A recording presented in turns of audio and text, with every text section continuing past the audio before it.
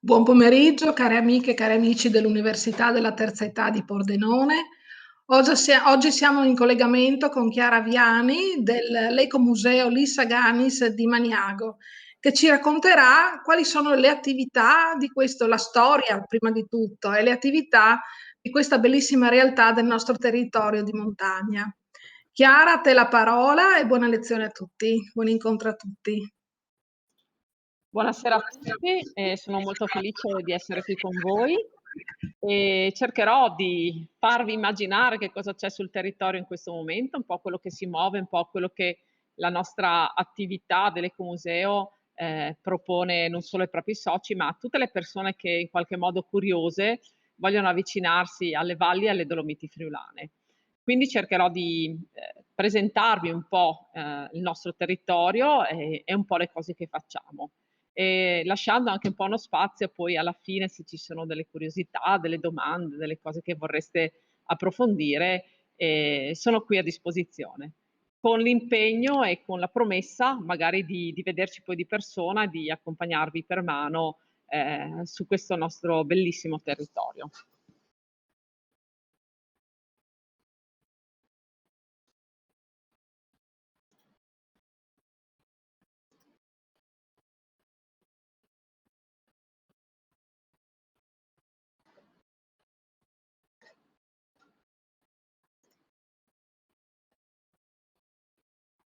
Michela, si vede tutto?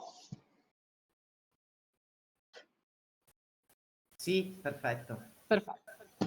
Se vuoi nascondi la barra sotto, eccola, ottimo. Benissimo. Allora, come vedete, qui ci troviamo proprio nel cuore delle Dolomiti Friulane. Dolomiti che sono state riconosciute patrimonio UNESCO nel 2009 per delle caratteristiche particolari, proprio per questa conformazione geologica che hanno, che è fatta di torri, di guglie.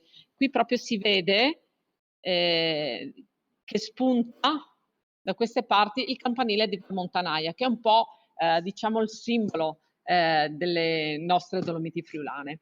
Dolomiti Friulane che hanno avuto il grande merito di far riconoscere anche le altre Dolomiti come patrimonio UNESCO, perché proprio qui in questo territorio, come lo vedete qui proprio selvaggio, no?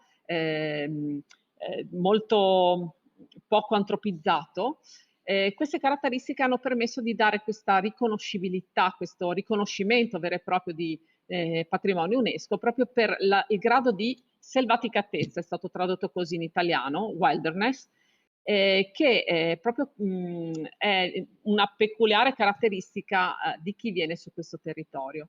Quindi queste cime, queste rocce, queste guglie, queste torri, proprio costituiscono un'architettura dolomitica che è di pregevole fattura e vengono identificate proprio come un libro aperto sulla geologia, attraverso proprio la lettura di questi strati che noi vediamo, di queste Dolomiti. Dobbiamo pensare che sono delle rocce sedimentarie che si sono impacchettate una sull'altra come una sorta di tramezzino, uno strato sopra l'altro, e questi strati di rocce non sono altro che dei grandi libri che ci raccontano la geologia di questo territorio. Quindi un patrimonio inestimabile che ci ha permesso di essere conosciuti in tutto il mondo, ma soprattutto è una occasione per far conoscere un territorio che non ha solo delle rocce da raccontare, ma un patrimonio storico, culturale, geografico, paesaggistico, naturalistico di notevole importanza. E proprio per questa capacità che le comunità locali hanno avuto nel tempo di preservare riti, rituali, usanze, modi di fare, modi di parlare, che le Dolomiti sono anche diventate patrimonio UNESCO, perché una componente molto importante nella valutazione di questi criteri selettivi, no, per il riconoscimento UNESCO è stato proprio anche quello legato alle comunità, alle tradizioni, alle popolazioni. Quindi una sensibilità che va oltre, ben oltre a un riconoscimento naturalistico, paesaggistico, ma che mette al centro anche il ruolo delle comunità. Questa premessa viene fatta perché un po' è quello di cui si occupa anche l'Ecomuseo, quello di mettere al centro le comunità locali e raccontare la storia, il territorio attraverso le piccole storie di comunità. In regione, Friuli Venezia Giulia, esistono 7 ecomusei regionali. Nella provincia di Pordenone ce n'è uno unico, molto grande, che è quello dell'Isaganis, ecomuseo regionale delle Dolomiti Friulane. Però tutti questi 7 ecomusei che si espandono partendo dall'ecomuseo del Gemonese, che è stato il primo a essere costituito in regione, passando poi dal nostro, da quello della Varresia, da quello dei Mistirs di Paolaro, quello dell'Ecomuseo Val del Lago, piuttosto che l'Ecomuseo Territori o il Cavalier, che è l'ultimo riconosciuto, che insiste sul territorio delle genti di collina, quindi nella zona del Fagagnese. Sono tutti ecomusei che, seppur gestiti in maniera diversa e pur spaziando su territori, su aree diverse tra di loro, hanno a cuore 3 parole chiave, che sono patrimonio, territorio e comunità. Gli ecomusei non sono un qualcosa di strutturato, un qualcosa di fortemente contrattivo, ma è, diciamo, sono progetti dinamici che operano sul territorio per andare a sviluppare nuove modalità di vita sostenibili sul territorio, cercando di creare lo sviluppo, garantire lo sviluppo del territorio, ma soprattutto sono nuovi modelli culturali che mettono al centro le comunità locali, come propulsori, come ideatori, come innovatori, come abitanti di un territorio che guarda lontano, cercando di progettare delle visioni, cercando di avere una speciale cura del territorio. Una delle parole ricorrenti, alle quali siamo anche molto affezionati, è il termine di patrimonio culturale, che non è solo qualcosa che si riferisce a ciò che abbiamo ereditato, ma il patrimonio in sé è un qualcosa che si lega al concetto di paesaggio, di ambiente naturale, ambiente culturale, vivo o sacralizzato. Che cosa significa sacralizzato? Una cosa diventa sacra quando qualcuno, una comunità, un territorio ne dà valore, ne riconosce un valore che è importante, prioritario e che va preservato. Il patrimonio così viene visto come quella risorsa locale che riscatta anche le comunità e che quindi trova una ragione d'essere perché viene integrata all'interno dello sviluppo di quel territorio. Certo, è qualcosa che noi ereditiamo dal passato e che in qualche modo decidiamo se trasmettere al futuro, alle nostre generazioni future, ma è qualcosa che sicuramente trasformiamo, che nel momento stesso in cui viviamo, pratichiamo patrimonio, lo trasformiamo, lo rendiamo in qualche modo fluido, lo interpretiamo, lo comunichiamo anche in maniera diversa. E in questo modo anche produciamo nuovo patrimonio culturale e lo trasmettiamo di generazione in generazione. E proprio per questo si dice che il passato appartiene al futuro, che è importante quanto mai radicare i propri progetti di valorizzazione delle comunità e dei territori partendo dal passato come degli alberi, no? In cui le radici si aggrappano fortemente al terreno, a ciò che il terreno ha ricevuto dal passato e ha trasformato, però un albero, una bella pianta ha sempre una chioma elevata verso l'alto che guarda e spazia tutto intorno. Per cui si parte dal patrimonio che si eredita, insieme si cerca di creare delle linee di sviluppo, insieme si trasforma dal momento stesso in cui noi lo interpretiamo e decidiamo in quale modo poi trasmetterlo alle generazioni future. Quindi ognuno di noi ha un'importanza vitale all'interno di questi processi, perché in qualche modo siamo noi che decidiamo qui ed ora se questa parte del patrimonio culturale che a noi appartiene è importante, se ha ancora necessità di essere sacralizzato, se ha bisogno di essere trasformato e se ha bisogno di essere trasmesso. Quindi abbiamo un ruolo molto importante, no? Nei processi proprio di patrimonializzazione culturale. E quindi sempre di più avete visto in questi ultimi anni che si parla di cultura e di turismo. Io vi parlerò di attività che molto spesso sono le attività che ci permettono di fare iniziative di turismo sostenibile o responsabile. Che differenza c'è tra il turismo classico che si è sviluppato fino, possiamo dire anche fino prima del Covid. Molto spesso le attività turistiche erano delle attività che proponevano delle iniziative per far trascorrere il tempo bene alle persone, delle attività ricreative. Sempre di più si parla invece di turismo sostenibile o responsabile, in cui al centro ci sono le comunità, il patrimonio e la sostenibilità. Il vivere bene, avere progetti sostenibili vuol dire progetti che guardano non solo alla sostenibilità ambientale, ma anche sociale, economica, culturale. Sempre di più si parla anche di sostenibilità culturale. Ed è cambiata la tipologia di turismo. Al centro noi mettiamo le comunità, ma pensando anche alle proposte che fa la vostra bellissima sede di Casa Zanussi, sempre di più si cerca di conciliare, no, le iniziative culturali con una conoscenza del territorio, dove al centro si riportano le comunità, che sono quelle che abitano un territorio, ma che allo stesso tempo lo raccontano, e le comunità si collegano così al patrimonio che viene preservato, narrato e trasmesso in un modo assolutamente sostenibile. E sempre di più, vedete, si parla di turismo e cultura di qualità. Si parla di promozione dei siti UNESCO. All'interno del nostro territorio ci sono 2 siti UNESCO. Si parla sempre di più di formazione dell'accoglienza, in cui non sono solo le persone dedicate al turismo che si occupano di accoglienza, ma l'accoglienza viene in qualche modo passata attraverso i modi gentili, le capacità delle persone che abitano di un territorio di accogliere chi viene a conoscere quel territorio.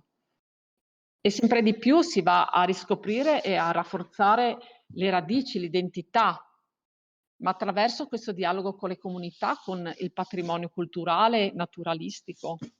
E si cerca sempre di più quindi di mettere al centro il patrimonio e da questo patrimonio sviluppare tutta una serie di itinerari che portano le comunità locali a raccontare di sé, della propria storia, delle proprie visioni di crescita del territorio, ma anche si cerca di costruire degli itinerari che mettano di nuovo al centro la bellezza del patrimonio e la narrazione dello stesso.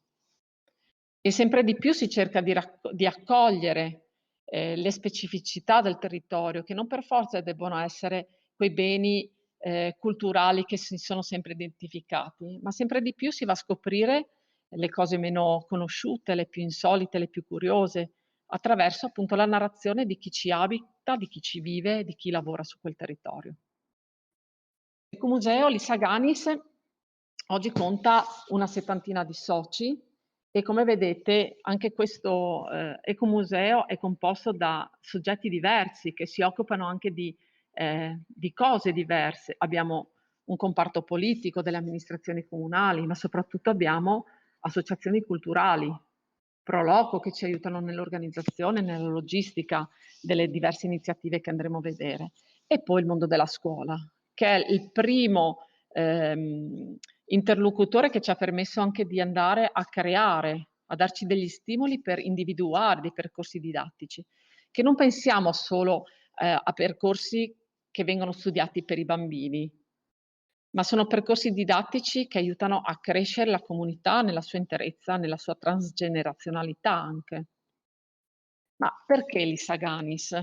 Più di qualcuno ci chiede, adesso un po' di più si conoscono perché ci sono state anche tante iniziative che hanno portato ad avvicinare a queste figure mitologiche, no? Che si trovano un po' in tutto l'arco alpino.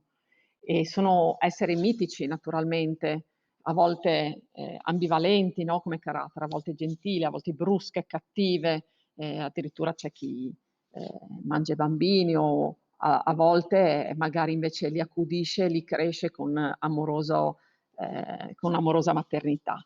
Quindi sono veramente degli esseri molto, molto particolari, che spesso, come nelle nostre zone, si trasformano in curiose salamandre. Ma qui vorrei Nelle fredde notti d'inverno i nostri vecchi un tempo usavano ritrovarsi nelle stalle, si ritrovavano per i filò, per gli infile, le serate in cui raccontavano storie di fantasia, le storie di folletti, storie di gnomi, storie di strani accadimenti e spesso parlavano, soprattutto qui nella zona delle Dolomiti Friulane, nella zona della Valcolvera, o delle agane.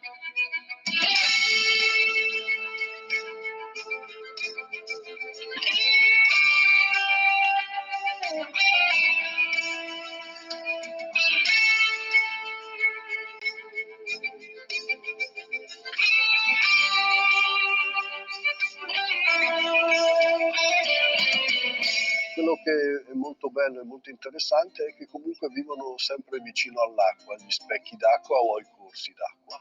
E molto spesso infatti sono state viste mentre si pettinano o mentre cantano vicino a questi corsi d'acqua. E sono molte anche le storie che ci portano proprio a queste testimonianze di donne bellissime.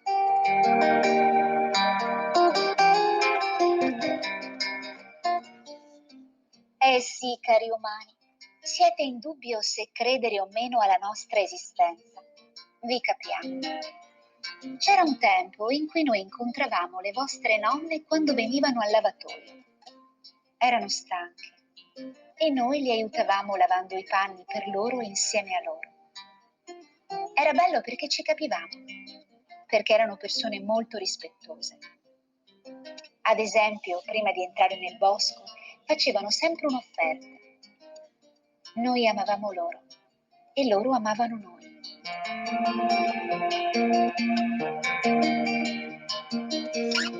Hanno anche una particolare attenzione verso quelli che sono gli accadimenti atmosferici, per cui sanno prevedere quando arrivano temporali, quando arrivano nubifragi, quando il tempo si fa brutto, e non è raro trovare il racconto di qualcuno che sia stato avvertito di tornare a casa di corsa perché stava arrivando il brutto tempo.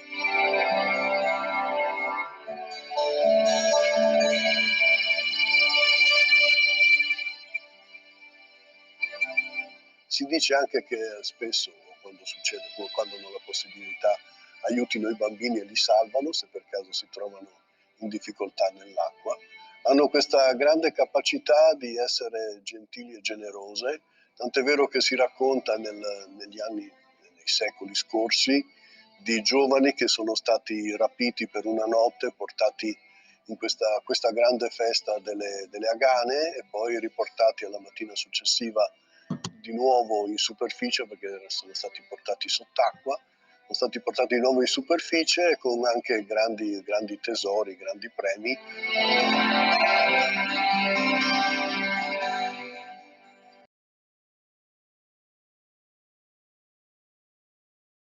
Qui da noi si chiamano agane, nella parte della Carnia e del Friuli, per diventare poi anguane nella zona del Trentino Alto Adige fino alla Lombardia, poi diventano ganne. Tant'è vero che nella zona del Varesotto troviamo la Val Ganna e anche il lago di Ganna. E via che andiamo avanti così fino in Piemonte, anche in Valle d'Aosta. Quindi tutte le Alpi conoscono questo personaggio strano, particolare, ambivalente, perché può essere bella, bellissima, giovane, oppure può essere brutta, cattiva, vecchia, e può essere quasi una strega.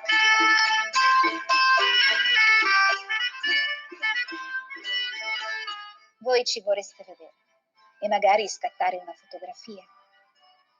Per trovarci dovrete venirci a cercare con lo spirito cortese.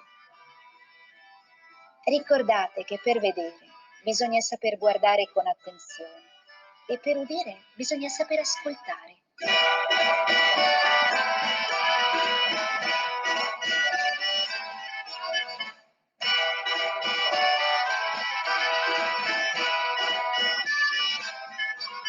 Provate a venire in mezzo ai boschi, in riva ai fiumi e ai laghi, con spirito leggero, con animo cortese, attento, rispettoso verso la natura, gli animali e le piante. Magari comportandovi in questo modo, la prima volta non riusciremo ad incontrarci, ma sicuramente avrete trascorso una splendida giornata, guardando e ascoltando la natura con uno spirito nuovo.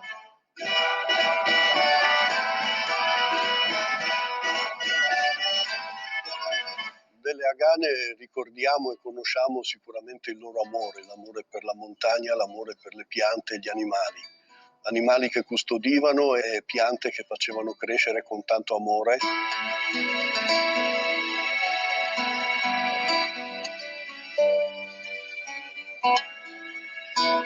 riescono a parlare con gli animali e se ne prendono anche cura, perché sappiamo per certo che le Agane erano le custodi, e lo sono ancora adesso, le custodi di questa nostra terra.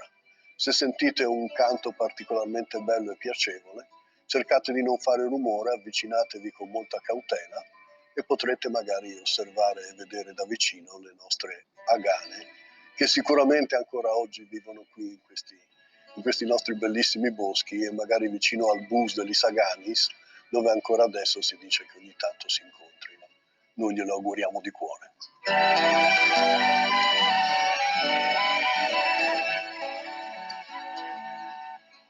Dicono di noi che siamo giovani, belle e gentili. Questo è vero. Ma se non rispetterete il nostro mondo, diventeremo delle streghe e ve la faremo pagare a caro prezzo.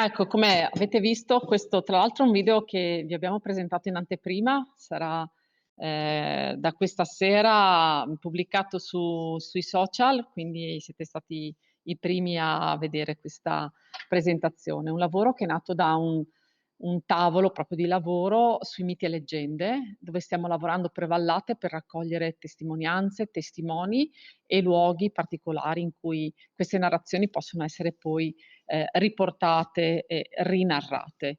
E questo progetto si chiama proprio Il Filò delle Agane e ci aiuta a mantenere viva la memoria e a tenere vivi i luoghi con le loro tradizioni e le loro magiche ritualità. E noi abbiamo scelto come leggenda una leggenda molto interessante che era stata raccolta nel tempo da Novella Cantarutti, proprio qui in Valcolvera, appena sopra Maniago, e raccontava appunto di una donna che, come tutte le povere donne dei paesini della Valcolvera, quindi Frisanco, Pofabro, Casassola, andò al torrente per lavare i panni. Una donna poverissima con una famiglia molto numerosa, con tanti bambini da crescere. E proprio uno di questi giorni, quando si avvicinò per sciacquare i panni, a un certo punto vide una salamandra.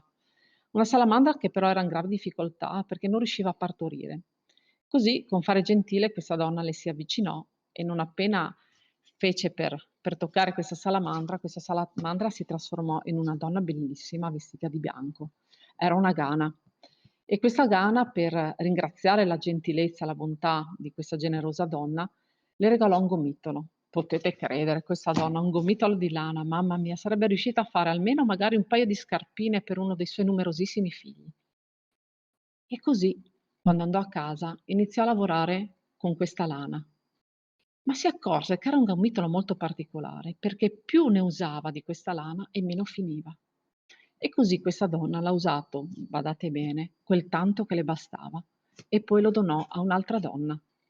E anche questa povera donna si accorse immediatamente che era un gomitolo magico e riuscì anche lei a fare qualche coperta, qualche vestito per tenere in caldo i propri numerosissimi figli. Ma anche lei poi lo usò quel tanto che le bastò e le donò a un'altra donna. E così questo gomitolo passò di mano in mano a tutte le donne della Valcolvera. E in qualche modo si racconta che questo gomitolo continui a girare. In qualche modo poi questo gomitolo è arrivato nelle mani dell'Ecomuseo, almeno a noi piace raccontare questa parte nuova di leggenda. E l'Ecomuseo utilizza molto questo gomitolo perché in qualche modo lo sente suo, vicino, perché quello che cerchiamo di fare giorno dopo giorno, cioè di tenere i legami tra le comunità, di tramandare i saperi, le tradizioni che vengono narrate, ma soprattutto di lanciare lontano le visioni di progettazioni che si possono fare per il territorio. e ci piace molto anche passare poi anche noi di nuovo di mano in mano questo gomitolo ai ragazzi, ai giovani che in qualche modo si prendono cura del territorio e ci aiutano a raccontarlo. Il territorio è molto vasto, il territorio in cui operiamo comprende 27 comuni, quindi pensate dalla zona di Caneva, passando poi per tutte le valli, quindi l'Alto Livenza, la Valcellina, la Val Tramontina o Val Meduna, la Val Colvera, la Valle del Coso e dell'Arzino e arriviamo fino al confine del Tagliamento, fino al comune di Vito d'Asio. Comprende tutta la zona delle Dolomiti Friulane, della Pedemontana e arriviamo giù fino ai Magredi. All'interno di questo bellissimo territorio, oltre ad avere un mosaico di paesaggi veramente incredibile per biodiversità sia vegetale che animale di notevole pregio, abbiamo 2 siti UNESCO, le Dolomiti Friulane che sono state riconosciute nel 2009 e il sito palafitticolo di Palù di Livenza, che è un sito che risale all'epoca neolitica. All'interno del territorio sono state individuate, fin dalla sua nascita, delle cellule museali, che in qualche modo sono quei luoghi di riferimento affettivo delle comunità, dai quali poi sono partite tutta una serie di scoperte e riscoperte di altri luoghi, di individuazione di nuovi siti che sono diventati in qualche modo dei beni di comunità. Beni di comunità che ci siamo impegnati a mappare, a conoscere, indagare, studiare e poi in questi ultimi anni ad iniziare a raccontare. All'interno proprio quando è nato l'Ecomuseo, sono stati individuati 3 percorsi tematici all'interno dell'Ecomuseo stesso. Uno che è dedicato all'acqua, nel quale sono racchiusi in qualche modo, compresi percorsi naturalistici. Qui vediamo il sito dei Magredi in alto. Poi abbiamo parchi ed aree faunistiche, qui abbiamo la versione invernale della piana di Piampinido, dove c'è un bellissimo parco faunistico. Esempi di archeologia industriale, mulini o siti di educazione ambientale. E questo è un po' l'elenco di tutte le cellule che sono state individuate nel tempo. Quindi abbiamo Sentiero Naturalistico di San Tomè, Penna sopra Budoia, il centro didattico della scuola d'ambiente a Varcis, Piampinedo in Valcellina, il Sentiero dei Mulini di Cimolais, Vajont e tutto il contesto in cui c'è stato il disastro, ma anche tutto il contesto rurale, agricolo che c'era prima che succedesse la tragedia del Vajont. I Magredi di Vivaro, che sono una eccellenza a livello floristico e faunistico, il Mulino di Borgo Ampiano, a Pinzano al Tagliamento, il Museo della Grotta di Pradis di Clausetto, che pur essendo un piccolo museo è riconosciuto a livello internazionale proprio per i ritrovamenti legati all'età della preistoria, che sono davvero interessanti. La chiesa dalla Saganas, che è una grotta, anzi direi meglio una serie di grotte che si trovano a Vito d'Asio, più o meno dove c'erano le fonti solforose. Il Royal di Budoia, che è un percorso dove è stata recuperata un'antica canaletta che portava l'acqua per l'alimentazione di un mulino, e il Tagliamento. Questa che vedete è un tipico ambiente della Val Tramontina, Val Meduna, e nella zona più o meno delle Pozze Smeraldine. Guardate il colore incredibile che ha l'acqua, un colore che è particolare al di là dato dalla purezza dell'acqua, ma proprio perché riflette i colori di quel territorio e le rocce bianche, calcaree, dolomitiche permettono proprio di creare anche questi colori molto, molto suggestivi, molto, molto belli. Oltre al tema dell'acqua c'è il percorso dei sassi, dove abbiamo individuato antichi borghi. Questo a sinistra è l'antico borgo di Casso, castelli, tutta la linea nostra pedemontana interessantissima per gli insediamenti castellani che sono stati costruiti nel tempo e che permettevano ai castelli di comunicare a 2 o con un sistema di specchi o di fuoco a seconda del giorno o della notte, e che quest'anno cercheremo di valorizzare con un progetto proprio che metterà in rete tutta questa linea dei castelli e che ci permetterà insomma di creare tutta una serie di iniziative di scoperta di questi territori con passeggiate, incontri e attività di animazione. Poi c'è tutto il sistema delle raccolte archeologiche. Pensate, in questo piccolissimo territorio abbiamo la possibilità di fare un viaggio nel tempo incredibile che va dalla preistoria fino ai giorni nostri, senza interruzioni di continuità, e la fortuna più grande è quella di avere la possibilità di avere i luoghi dove sono stati trovati i reperti, quindi capire e comprendere il contesto anche storico, archeologico, naturalistico nelle diverse epoche e di come si sono sviluppate, e allo stesso tempo avere delle raccolte archeologiche o dei musei che mettono bene in evidenza e raccontano i reperti che sono stati ritrovati. E poi ci sono le fornaci. Qui a destra vedete proprio una fornace di calce tipica della Valcellina. Erano strutture molto importanti perché permettevano appunto la produzione di calce partendo da 3 elementi fondamentali: la legna, anzi 4 per dire la verità, la legna, il fuoco quindi e l'acqua.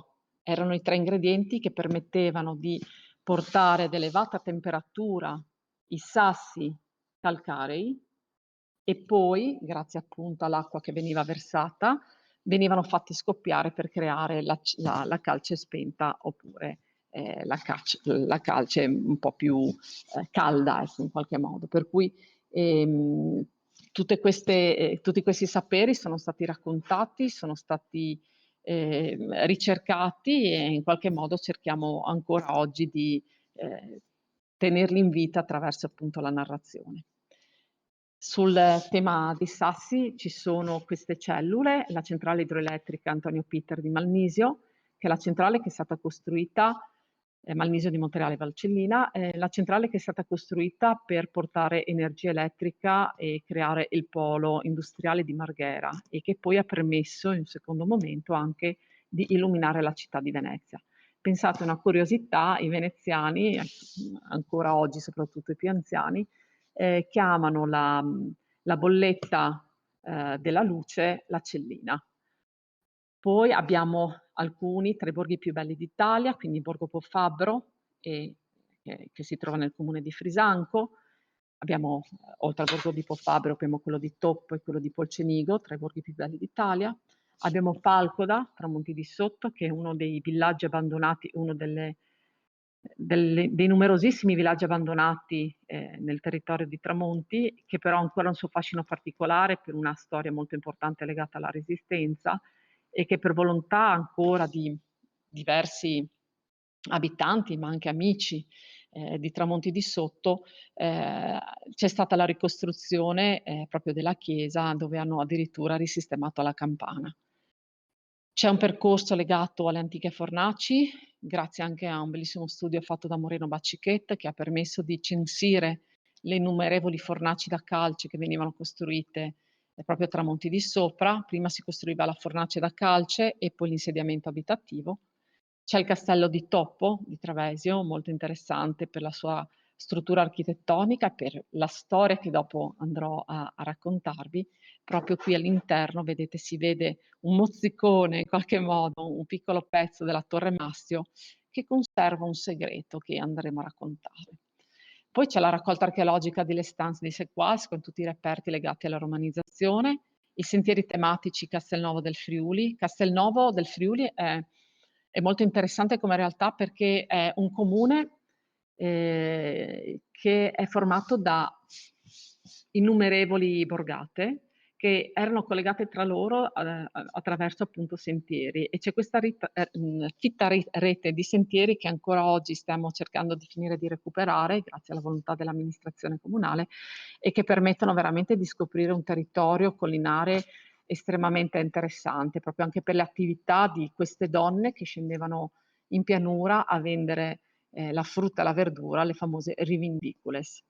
Poi c'è l'antiquarium di Tesis a Vivaro, molto interessante anche qui per tutto ciò che riguarda la vita rurale ai tempi proprio della romanizzazione. Palazzo Toffoli, Montereale, in cui è incentrata ed è molto interessante la storia dell'età del ferro, ma anche dopo. E Paludi Livenza, che è un sito straordinario proprio per il patrimonio ancora che deve essere scoperto, e vi anticipo già che quest'estate riapriranno gli scavi, per cui ci sarà la possibilità di fare sia delle visite guidate, ma anche dei laboratori, non solo per bambini ma per famiglie, per avvicinarsi a questo mondo che sta riservando di anno in anno delle curiosità molto molto intriganti. E infine c'è il percorso legato ai mestieri, dove appunto, come qui vedete già nelle foto, abbiamo esposizioni su antichi mestieri, su attrezzi. Questo è il GEAR, in tramontino significa il cestaio. Tramonti di Mezzo era la patria dei cestai, venivano creati centinaia e centinaia di cesti in un anno, con un'abilità e un lavorio incredibile, venivano venduti non solo in Friuli, ma venivano portati anche fuori dalla regione, proprio per la bellezza e la solidità di questi strumenti che venivano utilizzati molto nei mestieri di un tempo. Dopodiché abbiamo oggetti di vita quotidiana, laboratori tradizionali, vedete questo è un laboratorio di scarpezza, in Valcolvera, scarpetti in Valcolvera, scarpezza in altre aree, scoufons, ciampinellis, insomma ci sono tantissime denominazioni per parlare di una calzatura che era la calzatura tipica delle nostre valli, che però si differenziava proprio per l'accuratezza, ad esempio, del nodo, come veniva chiuso proprio lo scarpette, o addirittura dal ricamo che a seconda delle vallate aveva dei fiori particolari. Poi sono molto interessanti i centri di documentazione. Qui vediamo una foto della famiglia Andreuzzi che è proprio custodita all'interno di Casa Andreuzzi a Navarons di Meduno, dove si racconta proprio di tutti i moti friulani, e poi ci sono innumerevoli musei e musei etnografici che si sviluppano un po' su tutto il territorio, che ci aiutano a raccontare tutte le bellezze, le memorie che sono state custodite da chi prima di noi ha vissuto su queste terre. Queste ad esempio sono le cellule legate al tema dei mestieri, quindi abbiamo un museo della Casa Clautana a Claut, molto bello, soprattutto per le memorie e per la storia che è stata ricostruita rispetto al ruolo della donna, alla figura della donna. Pensate a queste donne che scendevano dalla Valcellina, le famose sedonere, per vendere i materiali che venivano prodotti durante l'inverno dagli uomini, e loro scendevano con le figlie, le nipoti, le cugine, a volte anche da sole, e abbiamo trovato testimonianze fino nel Lazio, dove loro riuscivano a portare, a vendere i propri materiali per riportare poi a casa qualche piccolo bene. Andres, che è molto interessante anche questo per i mestieri legati alla montagna, per le tradizioni, tutte le ritualità legate, non so, al Venerdì Santo piuttosto che alle maschere. Poi c'è la mostra d'Alimans di Carlin, molto bella, è praticamente un piccolo museo al quale sono molto affezionata, perché Carlin era un signore che dall'aspetto molto burbero, di una gentilezza d'animo e di una timidezza incredibili, che con le proprie mani fino a pochi mesi prima di mancare, anzi fino a pochi giorni prima di mancare, 100 anni questo, è riuscito a ricostruire la storia della Valcolvera attraverso queste miniature, ha rielaborato tutte le costruzioni tipiche, il mulino, la scuola, la chiesa, la carbonaia, in miniatura da 1 a 10, con una minuzia di particolari che ha dell'incredibile. E la cosa più incredibile è che Carlin è riuscito a costruirsi da solo tutti gli oggetti, addirittura ricamato le coperte, si è costruito i pezzettini lavorando rame, ferro, legno, pietra. Sono di una bellezza incredibile. E se voi ad esempio fotografate la chiesa oggi e la chiesa della sua miniatura, non riuscite a trovare differenze, oppure differenze veramente minime. Poi c'è Balthazar, che è un altro fiore all'occhiello di questo territorio, che è una mostra scientifica interattiva permanente in cui i bambini della scuola studiano con i loro insegnanti di scuola primaria i fenomeni fisici e cercano di raccontarli agli altri bambini o anche agli adulti attraverso dei giochi che loro hanno inventato, e attraverso questa sperimentazione si divertono e imparano. Questa è una delle eccellenze che erano molto care anche a Margherita Hack, che doveva venire a inaugurare la mostra, ma poi purtroppo ci ha lasciato prima. Io mi trovo in questo momento dove c'è la sede dell'Ecmuseo e siamo ospiti al Museo dell'Arte Fabbrile delle Coltellerie di Magnago, un'altra bella realtà di questo territorio, un museo vivo assolutamente, dove c'è molto fermento, ci sono sempre delle attività, ci sono sempre dei laboratori, delle idee, dei progetti di valorizzazione di questa attività che è nata centinaia di anni fa, ma che ancora oggi è attuale, che si alimenta di nuove tecnologie, di nuova creatività. E quindi il museo è veramente un luogo di incontro ancora oggi dei coltellinai, ma è un luogo di è proprio una fucina vera e propria, come dicono le ragazze che lavorano qui, è una fucina di idee e di progetti. Poi un'altra bella realtà da visitare è la mostra Scuole Professionali e di Migrazione, dove c'è anche la scuola, dove sono custoditi, diciamo, i materiali della scuola di disegno di Cavasso Nuovo, che ha 100 anni di storia. E questa mostra è interessante perché è l'unica nel suo genere in regione e parla proprio delle famiglie, dei lavori e parla di tutti questi flussi migratori che hanno portato le competenze di questo nostro territorio in giro per il mondo. La cosa straordinaria è che le storie di migrazione sono molto specialistiche in questo territorio, nel senso che abbiamo lavori specifici per area, terrazzieri, mosaicisti nella zona di Sequals, di Arba, di Cavasso Nuovo, di Fanna, di Meduno, che poi si sono spostati anche a Spilimbergo, però il nucleo partiva comunque da Sequals. Abbiamo ad esempio le sedonere della Valcellina, abbiamo i cuochi camerieri che si sono sviluppati nella linea pedemontana tra Budoia e Polcenigo, i camerieri più nella zona magari di Montereale Valcellina, i lavoratori della pietra, gli scalpellini nella zona di Meduno. Quindi tante professionalità, non mi basterebbe forse una giornata intera per raccontarvi tutte le eccellenze, tutti i grandi esempi di storia di emigrazione attraverso i personaggi che poi hanno portato alto il nome di queste nostre terre, partendo da Gian Domenico Facchina, mosaicista, al Conte Cecconi, a Luigi Del Bianco, che ha disegnato sulla pietra i volti dei presidenti degli Stati Uniti d'America in South Dakota. Poi c'è Casa Andreuzzi, di cui vi parlavo prima, a Navaros di Meduno, che narra proprio della storia dei moti friulani. Villa Carnera, un esempio straordinario di villa in stile Liberty costruita dal campione dei pesi massimi di pugilato.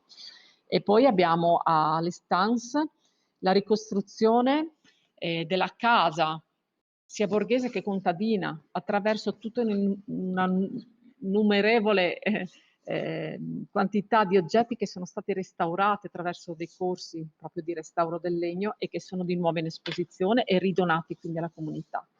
Poi c'è la Casa della Conoscenza a Tramonti di Sotto, dove è anche ospitato l'Archeo Point, che parla di questa scoperta straordinaria che è stata fatta negli anni di una necropoli alto medievale, quindi dell'età dei Longobardi.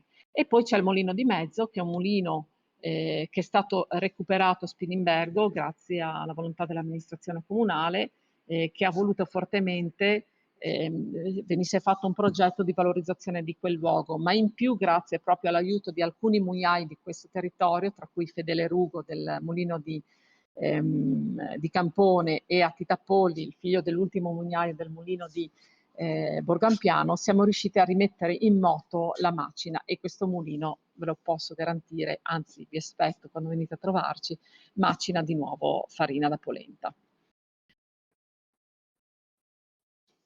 Ci occupiamo di innumerevoli attività di ricerca, documentazioni che stanno alla base proprio di tutta l'attività che ci permette poi di creare delle iniziative di animazione del territorio. Gli Arco in Tour, dopo vi farò vedere se abbiamo tempo un piccolo video, fanno parte di questi gemellaggi archeoculturali, cioè dei progetti che ci permettono di valorizzare tutto il patrimonio archeologico, di creare dei momenti di formazione e conoscenza per formare degli operatori che ci aiutino a raccontare luoghi come le grotte di Pradis, la grotta del Clusantin, in cui c'è stato un ritrovamento eccezionale di ehm, resti di marmotte che hanno identificato questo sito di pregevole importanza perché hanno proprio specificato come nel Paleolitico in questa zona c'era una specializzazione nella caccia alla marmotta, oppure di siti importanti come il castello di Solimbergo. Questi progetti ci permettono anche di creare dei momenti di scambio culturale con altre realtà. Poi ci occupiamo appunto di eventi in manifestazione, qui siamo a Navaros di Meduno dove abbiamo fatto la rievocazione proprio dei motti friulani, ricordando i nostri garibaldini di Navarons che sono partiti proprio per cercare insomma di risollevare le sorti del nostro territorio. Organizziamo anche dei giri, degustazioni con bicicletta, a piedi, oppure delle giornate di animazioni con le famiglie in cui ci sono laboratori, attività anche in posti in cui uno non penserebbe mai. Qua ci troviamo all'esterno del Castello di Toppo. Oppure ci occupiamo di, per conto dei comuni, di organizzare delle iniziative che vadano a valorizzare eventi che sono storici, no? La festa del perdono di Clausetto che si perde nella notte dei tempi. Poi mostre e concorsi, ma non solo legate a antiche tradizioni, ma anche a fotografia e a prodotti della nostra terra. Sono importanti e molto importanti i laboratori del fare e del veder fare in cui mettiamo al centro proprio non solo le scuole, ma anche le persone di ogni età che hanno qualcosa da condividere con gli altri, con competenze diverse. E infatti poi questi laboratori ci permettono proprio di far conoscere anche altre realtà. Il camminare è una delle attività che io adoro, perché quando si cammina con gli altri c'è la possibilità di entrare in relazione con le persone, di raccontare, narrare un territorio, ma soprattutto mettere al centro della narrazione le persone che abitano quel luogo e hanno qualcosa da far scoprire alle persone che camminano, hanno qualcosa da raccontare e quando si racconta c'è poco da fare, ci si torna a innamorare delle cose, no? E si capisce quanto sono importanti per noi che le raccontiamo e quanto è importante raccontare per il territorio in cui viviamo. Incontri, organizziamo convegni, seminari, presentazioni, ma cerchiamo sempre di abbinare momenti diversi, quindi le passeggiate con le degustazioni piuttosto che con degli incontri, le presentazioni anche con dei momenti di animazioni, in modo tale da riuscire a convogliare all'interno di una iniziativa anche interessi diversi. E poi le visite sul territorio, che possono essere fatte in modalità diverse, mettendo a centro non solo gli adulti o gli esperti, ma anche i ragazzi, come vi farò vedere tra poco. Le animazioni sono un po' il cuore delle attività, sono quelle che danno a volte quella leggerezza necessaria per fermarsi e riflettere sull'importanza del patrimonio. Davanti a un bicchiere di bianco e una fetta di pitina, sicuramente c'è il momento anche di rendersi conto della bellezza delle relazioni, delle persone che sono con noi, ma anche del panorama o del patrimonio che ci circonda. Quindi sono momenti importanti proprio per creare questo clima anche di intimità e comunque di esclusività che cerchiamo di creare proprio con le persone che incontriamo.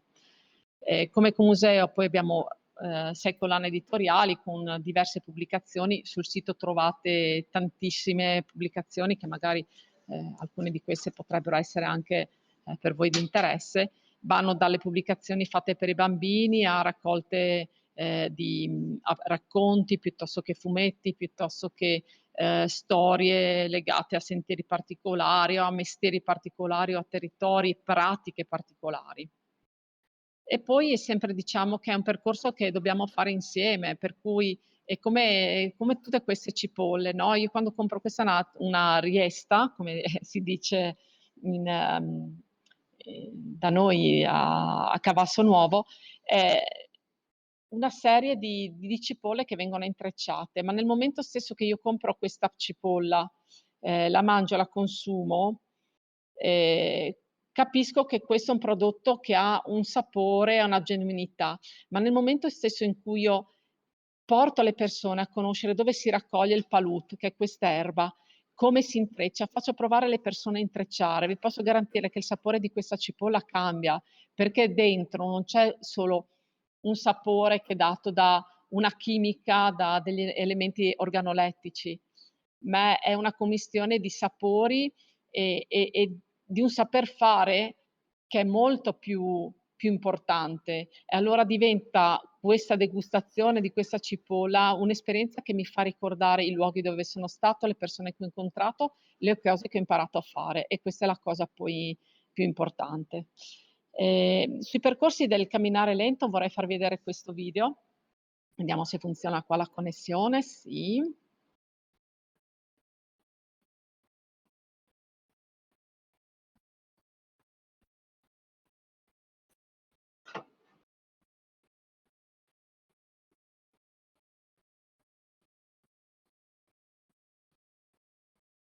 Questi sono dei video su Passiparole.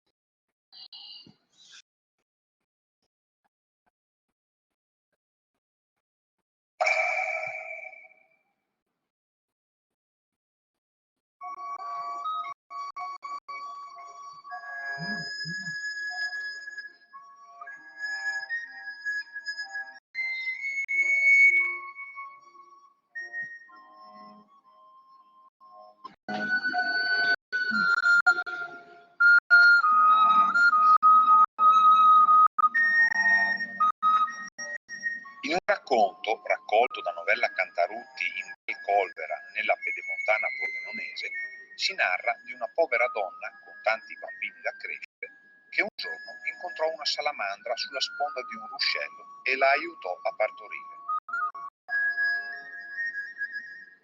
La salamandra era una gana che in segno di riconoscenza le regalò un gomitolo di lana il cui filo non finiva mai.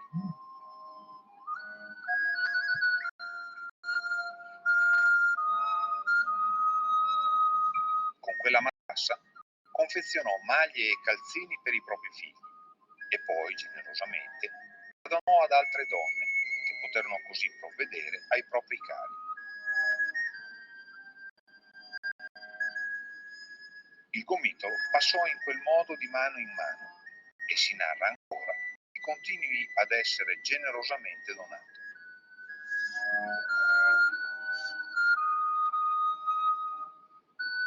Il gomitolo è il patrimonio del nostro territorio, risorsa da usare insieme, ognuno a modo suo, a seconda delle necessità, senza esaurirlo.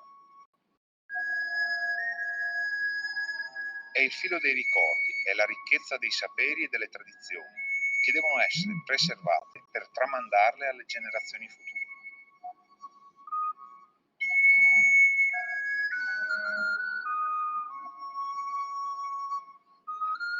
Le cellule ecomuseali sono luoghi in cui ognuno può vivere esperienze ed emozioni, partecipare a laboratori, acquisire conoscenza e saperi, sentirsi protagonista del territorio per conservare e mantenere vivo il patrimonio della comunità locale.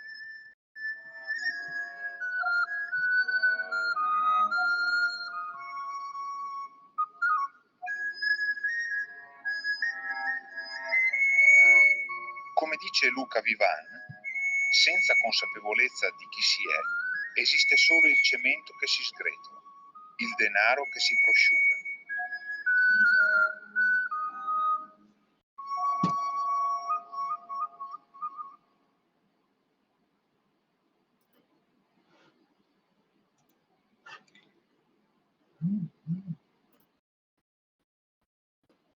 Eccoci qua. Questi Passiparole sono delle iniziative che ogni anno proponiamo e tenetevi pronti perché presto partiamo con un calendario che da maggio, speriamo maggio, a dicembre propone 92 passeggiate sul territorio. E come avete visto anche qui, sono le persone che raccontano, che accolgono, che cercano veramente di raccontare una storia vera, nel senso che parte comunque da un lavoro di ricerca, però in qualche modo intima, una storia che è esclusiva per chi viene sul territorio, e questa è una caratteristica che in qualche modo ci contraddistingue forse come ecomuseo, ma alla quale teniamo in maniera molto, molto particolare. Io purtroppo non ho, moltissimo tempo, però vi invito a andare se avete voglia naturalmente, a visitare il canale YouTube anche della nostra associazione, perché lì troverete anche, delle idee, delle proposte. Le nostre proposte, come vi dicevo prima, appunto, sono questi incontri, queste camminate, queste visite a mostre e collezioni. Qui avevo preparato un video su un archeo in tour, quindi una visita sul territorio dal tema archeologico. Però mi piacerebbe farvi vedere anche come cerchiamo di raccogliere i saperi, le tradizioni, i modi di fare, la creazione ad esempio di un cesto, questo sempre dalla Valcolvera. Dietro a questo video ci sono ore e ore di registrazione, e abbiamo cercato di fare questo video in maniera inclusiva per quanto riguarda la documentazione, ma anche un trail per cercare di invogliare le persone a venire a trovarci.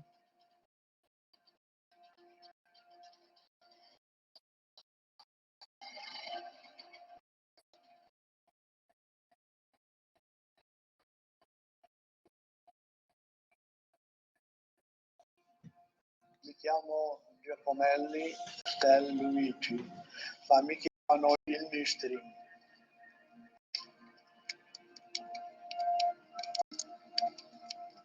Mi sono fatto insegnare da mio cugino, che aveva solo 4 anni più di me. Mi ha insegnato, ero in quinta elementare e ho fatto il primo cesto.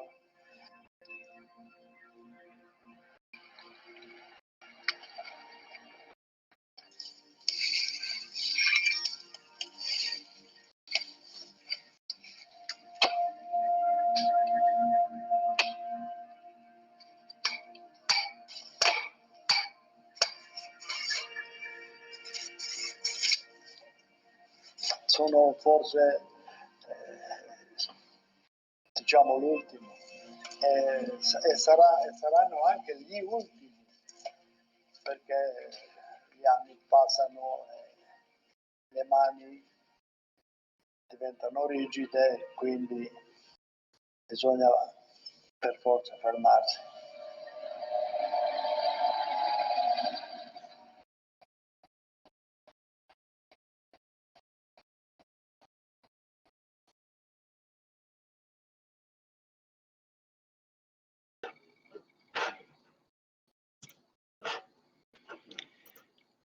Ecco, non voleva assolutamente essere un video malinconico, ma è un cercare di passare il testimone, tant'è che da questo video, oltre ad aver raccolto naturalmente tutte le fasi di lavorazione, e non vi dico i mesi che sono serviti, perché per raccogliere anche tutte le materie prime ci vogliono le lune giuste, le stagioni giuste. E dopodiché abbiamo naturalmente organizzato un laboratorio che insomma abbia dato la possibilità a diversi cestai di imparare questa tecnica, che è molto importante insomma per essere mantenuta e tramandata assolutamente. La cosa importante è appunto è questa, la cosa che vorremmo passare poi a tutte le persone che in qualche modo ci incontrano, che il territorio viene raccontato dalle voci delle persone che qui abitano e che hanno questo patrimonio nel proprio DNA. Perché? Perché è importante far sì che le persone diventino di nuovo protagoniste del proprio territorio e nella narrazione, perché nel momento stesso in cui avviene questo processo narrativo e di forte patrimonializzazione, aumenta la responsabilità e la consapevolezza dei beni che vengono tutelati. E forse, chissà, con questo messaggio di speranza, che le nostre montagne si spopolino un pochino di meno. E quindi sperimentiamo il territorio dalla testa ai piedi, dai bambini più piccoli a quelli meno piccoli, che ci cercano insomma di aiutare a trasmettere questi saperi e cerchiamo soprattutto di far passare l'esperienza attraverso il coinvolgimento di tutti i nostri sensi, perché così l'esperienza che viene sperimentata si imprime maggiormente nella memoria e coglie tratti diversi della nostra essenza, del nostro essere.